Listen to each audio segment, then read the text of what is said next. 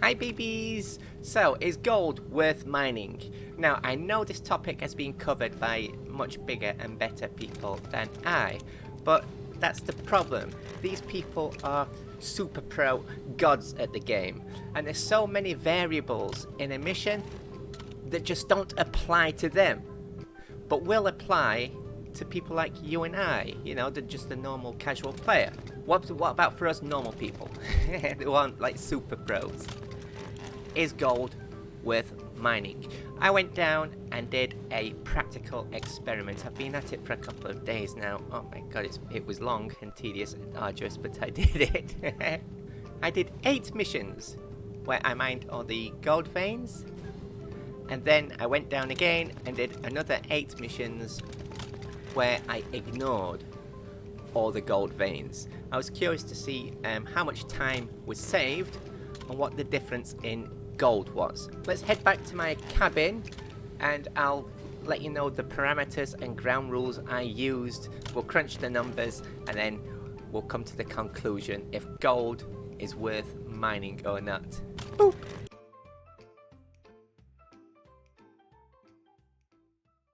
Boop.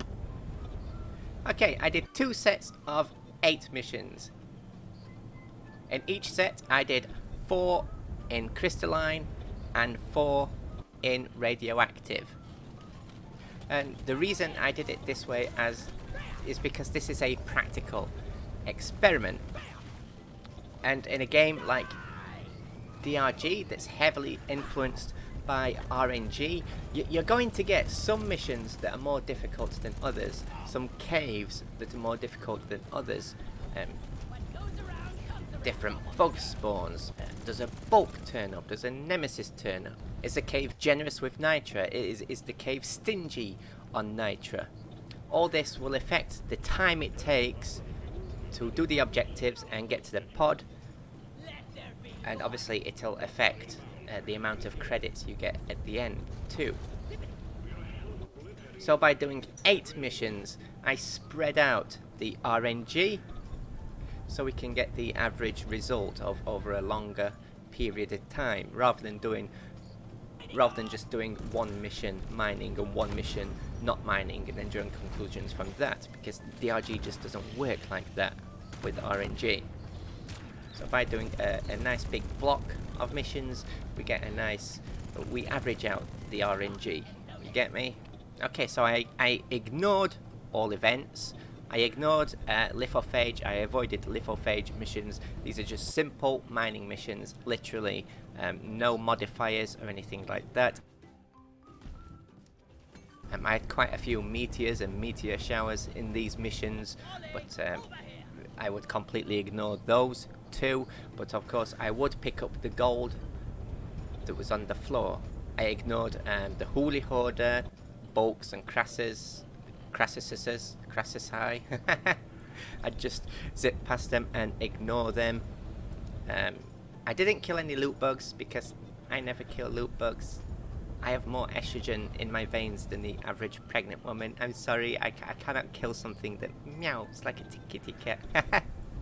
But any loot bugs that got accidentally killed or killed in the blue crystals in crystalline, you know, the lightning crystals, or got squished, I would take the byproduct. So any gold from killed loot bugs I would take, but I didn't go around slaughtering loot bugs myself in either set.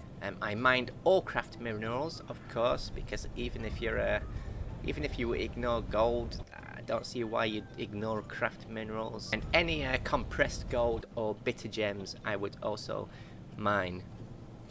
I didn't get a bitter gem in either set, but I did get compressed gold in set 2. I got compressed gold twice, and in set 1 I got compressed gold once. That's just how RNG goes, and that's what we're doing here. I'm just averaging out RNG. That's why we've done such big blocks. So the first set, where I mined all the gold veins.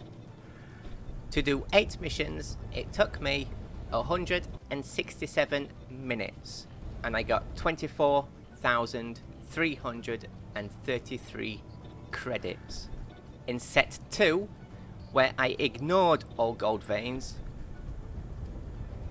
It took me 137 minutes to do 8 missions. So by ignoring gold veins, I saved myself a whopping 30 minutes, just about half an hour. I didn't realize I spent so much time a day mining gold. That was a surprise to me. 30 minutes just by skipping gold veins. That gave me 18,051 credits compared to set 1's 24,333.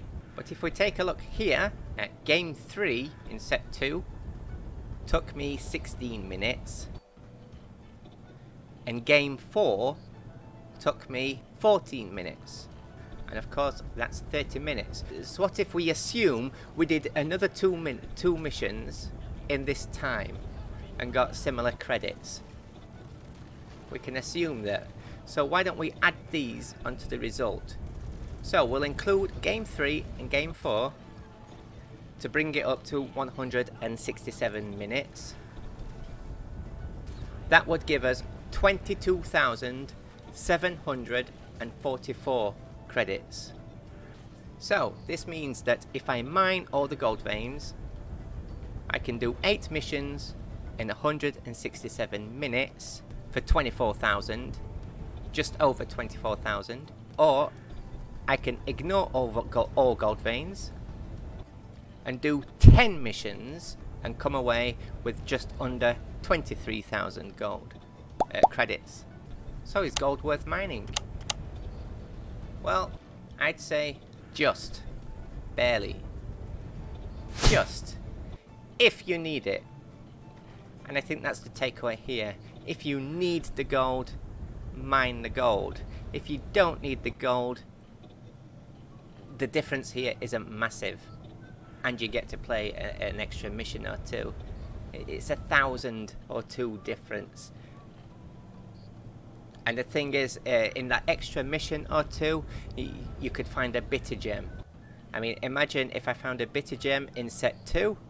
I mean, that'd add 3,000 on it, so you'd get about the same amount of gold for doing 10 missions ignoring gold, then 8 missions mining all the gold. All it takes is 1 bitter gem. Of course that works the other way too. I mean, you could get a bitter gem in set 1. But in theory, on paper, you know, doing an extra mission or 2, it gives you an extra chance or 2 of getting a bitter gem. So I did this only 8 missions. It'd be interesting to see a bigger experiment, you know, doing it over 20 missions, 30 missions. Which I might do in the future, if you'd like me to. Put it in the comments if you'd like to see something like that. Really, let's really stretch and average out the RNG and see how it goes. It's up to you. Let me know in the comments. Do you mine gold? Do you ignore gold? How do we actually fix the gold problem? I mean, I've seen people just double the amount that gold's worth. But I think that might cause more problems than it solves. I think this experiment, it shows gold is worth it if you need it. Mining gold is worth it if you need it. But if you don't need it, it's not really worth it. I mean, I don't need it. I've got 4 million credits. What do I need to mine gold for? But I still mine it for one simple reason. Gold shiny. Me likey miney. Bye bye. Zippity.